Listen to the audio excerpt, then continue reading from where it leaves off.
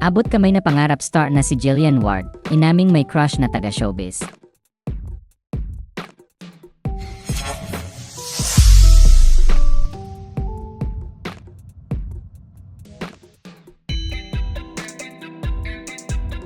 Nakapanayam ng GMA Integrated News ang aktres na si Jillian Ward at doon ay tinanong siya tungkol sa kanyang love life.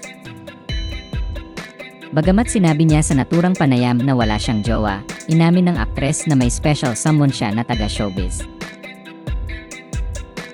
At kahit hindi niya pinangalanan ang crush niya ay inilahad niya naman ang tungkol sa mystery guy na yon.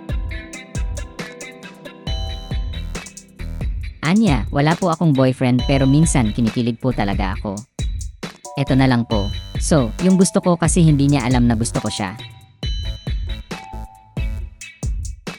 Agad na nilinaw ni Jillian sa naturang panayam na hindi iyon one-sided love dahil, ayon sa kanya, gusto din daw siya ng crush niya pero hindi niya sinasabi sa special someone niya na gusto niya din ito. Sunod na ibinahagi ng aktres ang qualities na hinahanap niya sa isang potential boyfriend. Ayon kay Jillian, ang gusto niya sa isang potential boyfriend ay yung taong may takot sa Diyos, very family-oriented, very honest sa sarili, may paninindigan, hardworking, mabait, at hindi pretentious. Anya, syempre God-fearing, gusto ko po very family-oriented. Naniniwala po kasi ako na kung paano niya mamahalin yung family niya, ganoon niya rin po ako mamahalin. Gusto ko po very honest sa sarili niya at may paninindigan. Ayun, yun po yung pinaka-importante para sa akin and hardworking. Gusto ko po yung mabait talaga and yung hindi po siya pretentious. Matatandaang na-link si Jillian Ward sa abot kamay na pangarap co-stars na sina Jeff Moses at Rahel Beria.